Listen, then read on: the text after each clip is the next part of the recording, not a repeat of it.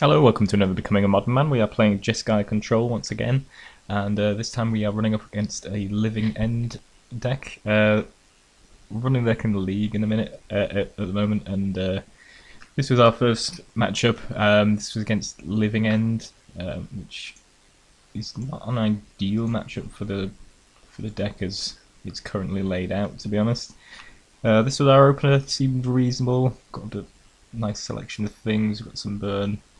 We've got Blade Splicer, we've got Spraying Seas to draw a little bit deeper into the deck, potentially hurt our opponent's mana. But it leads off with the Black Cleave Cliffs, which could mean a lot of things. Could be Jund, could be Goryo's Vengeance, various other things. Obviously, we weren't sure just yet. But cycling a Street Wraith and the Deadshot Minotaur is a good indication of a Living End. Street Wraith, though, actually still see some play in the Suicide Zoo deck or the Death Shadow aggro type decks. So here I don't have a counter spell or anything, so I'm just going to Spreading Seas one of his lands. Decided to go for the Copperline Gorge because hopefully that should see him off of Violent Outburst. And given he's got no creatures, he doesn't have anything to Demonic Dread at the moment, so got that. He Beasts Within, blowing up my Colonnade. Giving me a 3/3. I'm going to attack here. I'm kind of suspicious that he's going to go for the Demonic Dread on the Beast token, so I could have bolted it on the end of my turn to prevent that from happening. But I don't know. To be honest, he's on 12 now. He was on 14 earlier, I guess. And I have 9 points of burn in my hand. So there's a reasonable chance that we can actually just burn him out from here. So I didn't really feel like throwing away the bolt. I feel like we've got a decent chance of burning him out, even if he does get the Living End off. So that's going to be my current strategy.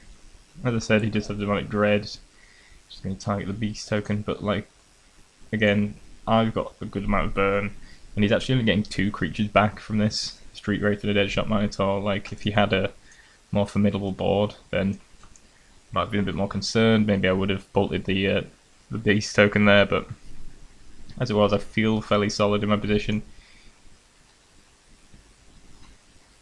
The Scalding Time, which is nice. We don't actually have any access to white at the moment, so that should work well. Drops a Fulminator Mage, which makes me think a bit. I end up fetching. There was no particular need to fetch at that moment in time, to be fair, but yeah, basically what we're thinking about here is we either want to Snapcaster bolt him down to 3, which I probably would have done there and then if he hadn't dropped the Fulminator Mage. Now I just have to worry about him blowing up my source of white mana, basically, so I decided to search that up now. I'm going to use the Helix now because we can Snapcaster Bolt either way, given that we've got 2 red sources on the battlefield. And this probably works out better anyway because now we can Snapcaster Bolt and just kill our opponent.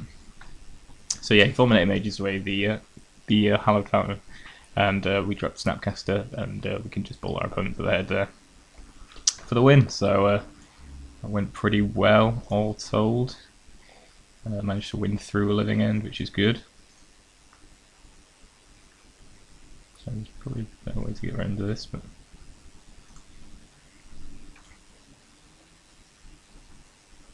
just go through the league screen. So here's game 2. And here we are on the draw. Yes. So this is an opener. Slightly awkward one. Mana Leak's obviously good for us in the early going here against Living End. But one land is not so good. I'm not sure if I kept this or not. It's a bit of a risk, but we are on the draw, I guess. Yeah, I think I decided to keep it, particularly on the basis that Mana Leak is going to work out well for us, hopefully. Cycles a Deadshot Minotaur. Pick up a Dispel, which isn't particularly great. had to discard down there. I throw in a Blade Splicer as that gives us something to get back if he actually does get the living end off. A bit happier now that we've actually got 2 lands, so we can actually mana leak. But our opponent has Beast Within, which is going to use to try and target my mountain. I'm going to dispel the Beast Within, but obviously that gives him an opening, which he takes. Violent Outburst cascading into Living End, and there's nothing we can really do about it. You get a Blade Splicer back though, which is at least somewhat useful.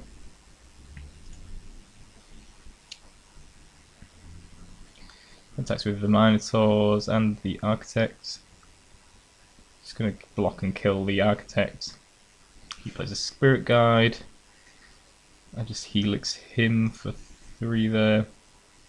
So we can kill the Spirit Guide by blocking it, and I suppose we could have killed off the Deadshot Minotaur, but now we have a Detention Sphere that we drew, which is another card we brought in from the sideboard, which can deal with the Deadshot Minotaurs. But we just need to draw another land to get that going, so kind of just want to burn my opponent, which hopefully will be the path to victory. There's a Street Wraith, which we're just going to mana leak. Mana leak becoming decreasingly useful, so it seemed like a good idea. We finally found our 3rd land, so we're going to get rid of the Deadshot, and we're going to attack for 3 here. Switch to the land. So it puts that to 9. Cast Demonic Dread, which is fairly annoying. Gets him back his Street Wraith, the Spirit Guide, and the Architect. So he's going to attack here.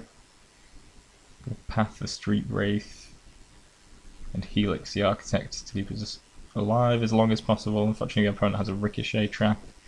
Which wasn't something I was particularly prepared for. I think he used it to target us, which actually doesn't hurt us at all, because Helix makes us gain life as well, so it's not really a big deal, but that puts us down to 1, which unfortunately we can't come back from after not drawing a land.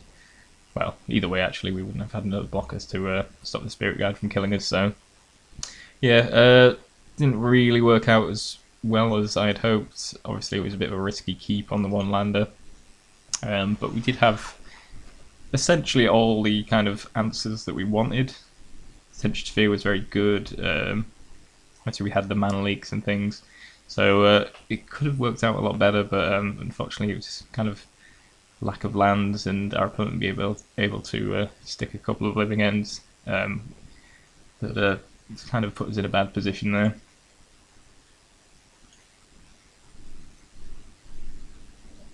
Let's see if we can get up game 3.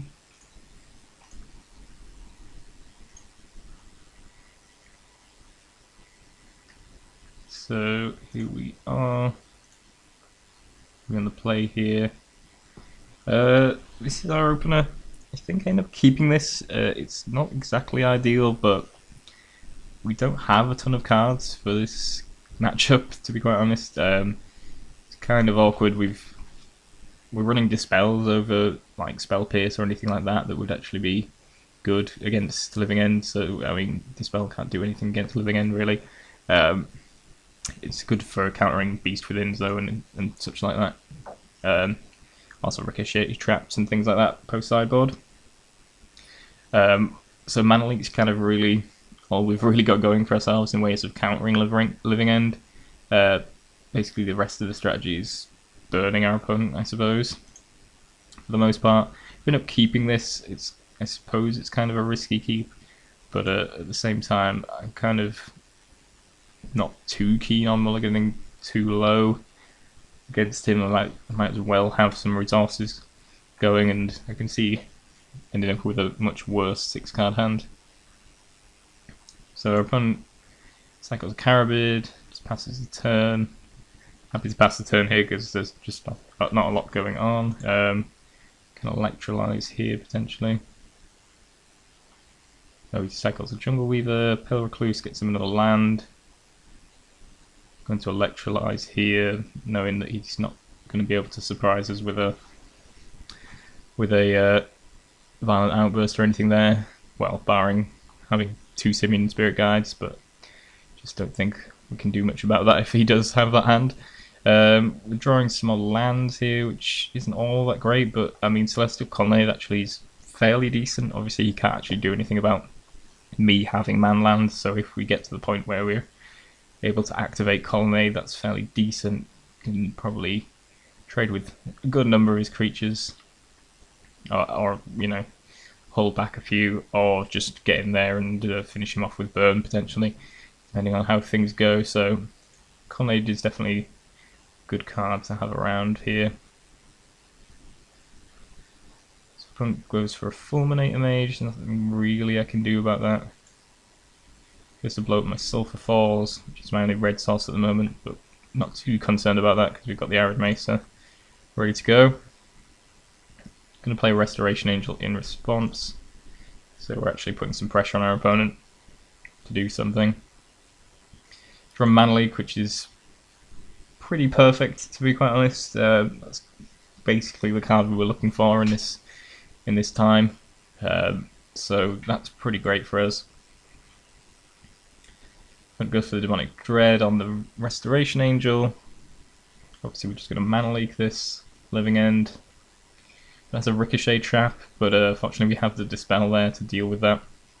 So I was pretty lucky there, I guess, in that sense. But yeah, it was pretty good to have the answer there, ready to go, and that worked out really well for us. So just going to search for Steam Vents here. Attack for 3. Obviously keeping up Snapcaster Mana Leak here in case our opponent finds another Cascade spell, which he does. So he had a Violent Outburst there, but we are going to hit that with a Mana Leak. So, opponent's still very much alive. Could have placed Spreading Seas there, but I kind of wanted to represent that we had some sort of counter up, potentially. Just in case he would have played around it. I can't imagine he probably won't at this point, I guess, but there isn't a great deal of advantage I can get out of playing Spreading Seas here. So I figured might as well represent something. But yeah, we would definitely be in a difficult position at this stage if he does have the third Cascade spell ready to go. He cycles a few cards off, and then doesn't find the much needed Cascade spell there by the looks of things, so that worked out pretty well. Things would have probably turned pretty bad otherwise, though I suppose we are only like drawing a bolt or something like that, or maybe a Snapcaster Mage or something like that away from just finishing our opponent off. So yeah, either way, I suppose we might well have still won if he'd got the Living End there. But yeah, this is not a great matchup for our deck, really. Living End growing in popularity because of the Eldrazi. Never actually played that matchup, but apparently it's a fairly good matchup for Living End. So yeah, bit of a one to watch out for. If Living End is particularly popular, I would kind of want to change up the deck a little bit. Probably want Spell Pierces over Dispels, and maybe a few more sort of hard counters, negates, etc. So yeah, not particularly well set up against this deck, but we do have some answers, and obviously, as you've seen here, it's possible to pick up the win through some